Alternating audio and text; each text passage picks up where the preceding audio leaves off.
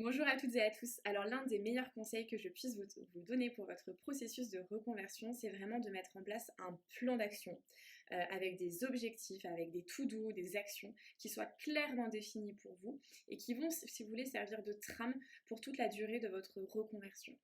Donc vraiment, c'est quelque chose de super important. C'est quelque chose qui se construit. Alors vous pouvez clairement vous faire aider pour le faire. Vous pouvez aussi commencer à le faire un petit peu tout seul et ensuite vous faire aider. Peu importe. Mais en tout cas, c'est vraiment pour moi une base.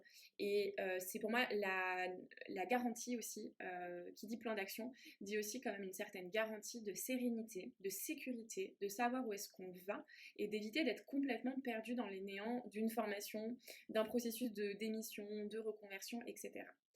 Dans cette vidéo, on va spécialement aborder les objectifs SMART. Si vous voulez, pour moi, c'est un petit peu l'un des premiers piliers, puis après, on va venir en rajouter au fur et à mesure des vidéos. Mais en tout cas, c'est l'un des premiers piliers pour vous aider à mettre en place un plan d'action qui soit vraiment efficace.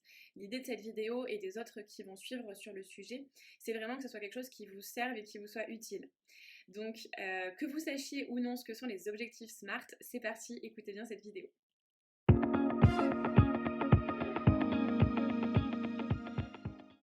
Alors je vous propose de commencer par une petite définition. Les objectifs SMART, en fait, c'est rien d'autre qu'un sigle qui signifie pour le S de fixer des objectifs qui soient spécifiques, pour le M des objectifs qui soient mesurables, pour le A atteignables, pour le R ça signifie des objectifs qui soient réalistes et pour le T des objectifs qui soient définis dans le temps. Donc en général, c'est des process qu'on peut avoir en entreprise, dont on peut parler beaucoup dans les écoles de management, les écoles de commerce. Et c'est des choses qui sont voilà, en général plutôt connues, mais il est possible aussi que vous ne sachiez pas exactement ce que c'est. L'idée dans cette vidéo, c'est de voir un petit peu ce que ça signifie chaque lettre et de vous donner des exemples aussi qui sont un petit peu concrets pour que vous puissiez à la fin de cette vidéo eh bien, vous fixer 3 grands objectifs qui soient SMART et que ce soit 3 objectifs que vous puissiez atteindre d'ici 3 à 6 mois à peu près. Alors, c'est parti. Qu'est-ce que ça signifie déjà pour commencer un objectif qui soit spécifique? Un objectif spécifique, c'est un objectif qui est très clairement concret, qui est défini. Par exemple, mon objectif est que dans 6 mois, j'ai 1000 abonnés sur Instagram, par exemple. Ça, c'est un objectif qui est concret, c'est chiffré, on sait où on va, il n'y a pas de grande surprise. Et ça, c'est quand même assez important parce que si vous fixez un objectif qui ne soit pas vraiment spécifique, le risque, c'est que déjà, vous ayez du mal à savoir si vous l'avez atteint ou pas. Et en plus, que ça soit un petit peu flou la manière dont vous allez faire pour parvenir à atteindre cet objectif-là. C'est notamment le A, s'il est atteignable ou pas. Donc du coup, voilà, quelque chose qui soit spécifique, c'est je veux, je sais pas, d'ici 1 an, terminer ma formation en naturopathie, par exemple. Donc voilà, pour vous donner un exemple, un autre exemple à l'inverse d'un objectif qui ne serait pas spécifique, ça pourrait être par exemple, je veux que dans 6 mois, j'ai repris confiance en moi. Alors c'est pas qu'il soit pas spécifique parce qu'il y a quand même l'idée d'obtenir quelque chose, mais par contre, là où ça va manquer un petit peu de clarté, c'est que ça veut dire quoi pour vous la confiance en soi? Ça veut dire quoi pour vous avoir confiance en soi, par exemple? Donc moi, ce que je mettrais plutôt que de dire dans 6 mois, je vais avoir confiance en moi, je choisirais plutôt quelque chose qui soit plus spécifique, issu de la confiance en soi. Par exemple, d'ici 6 mois, j'aimerais pouvoir parler ouvertement de mon projet de reconversion. Ou dans 6 mois, j'aimerais avoir eu suffisamment confiance en moi pour avoir fait 5 vidéos YouTube, par exemple, pour ma reconversion. Voilà, donc peut-être fixer plutôt des petites sous-catégories plutôt que ces grandes idées d'avoir confiance en soi, par exemple. Ensuite, pour le M signifie mesurable. Donc là, on est plutôt du côté des chiffres. C'est notamment un objectif qui va vous permettre de savoir que le fameux objectif en question sera bien atteint. Si je reprends l'idée de je veux avoir 1000 abonnés dans 6 mois, par exemple, je ne sais pas, pour l'année prochaine, au 1er janvier 2024, je veux avoir 1000 abonnés. Ben, en fait, c'est un objectif qui est très mesurable parce que le 1er janvier, on va être capable de se dire si, en un clin d'œil, s'il y a les 1000 abonnés sur un compte Instagram ou pas du tout. Donc de même, ça va être très facile de savoir si le 1er janvier 2024, vous avez fini votre formation en naturopathie ou en informatique. Vous voyez, c'est quelque chose où voilà, il n'y a pas d'hésitation, c'est très clair, c'est très net, c'est précis. Et c'est du coup quelque chose qui est hyper important parce que c'est quelque chose qui va vous permettre de garder en motivation, de savoir que c'est mesurable et que vous avancez progressivement. Le A, donc atteignable, vient nous parler un petit peu des moyens que vous avez à disposition pour atteindre ces objectifs. Il faut, si vous voulez, qu'un objectif SMART, ça soit un objectif qui soit quand même ambitieux, qui vous dise, bon, ça va pas être si facile que ça à atteindre, mais je pense que je peux quand même y arriver. Faut pas que ça soit non plus mission impossible, parce que sinon ça va complètement vous démotiver et c'est pas non plus le but. Mais voilà, il faut que ce soit un minimum ambitieux sans que ça soit trop compliqué pour que vous puissiez donc l'atteindre. Et donc du coup, dans cet objectif, ce qui va être important après de vous fixer comme petit sous-objectif, ce sont vraiment les moyens que vous allez mettre à disposition, et bien tout simplement pour pouvoir l'atteindre. Vous imaginez bien que entre une personne qui est salariée, qui a un emploi qui prend du temps, qui a une vie de famille, et ben cette personne ne va pas être capable d'atteindre les mêmes objectifs qu'une personne qui a tout son temps libre, qui est par exemple au chômage, et qui a tout son temps dédié à son processus de reconversion. Donc évidemment, ça, on personnalise en accompagnement, c'est l'objectif aussi. Et donc du coup, en fonction, on voit à quel point ceci ou cela est plus ou moins atteignable, et si ça va être possible par rapport aux moyens que vous avez à disposition. Et du coup, ça vient un petit peu nous parler de la quatrième lettre qui est le R. Le R, c'est réaliste. Donc, l'idée, effectivement, je disais, il ne faut pas que ce soit des objectifs qui soient mission impossible parce que ça va vous démotiver. Et effectivement, le R vient vraiment poser cette question, bon, ok, cet objectif-là, par exemple d'avoir mes 1000 abonnés, je sais pas moi, au 1er janvier 2024, est-ce que objectivement c'est réaliste par rapport à ma situation, par rapport au temps que je vais pouvoir y consacrer, ou est-ce que c'est complètement mission impossible? Ça, c'est une question qui est très intéressante à vous poser, notamment si vous vous lancez dans des projets qui sont très intenses, qui demandent beaucoup de travail, beaucoup de choses à mettre en place.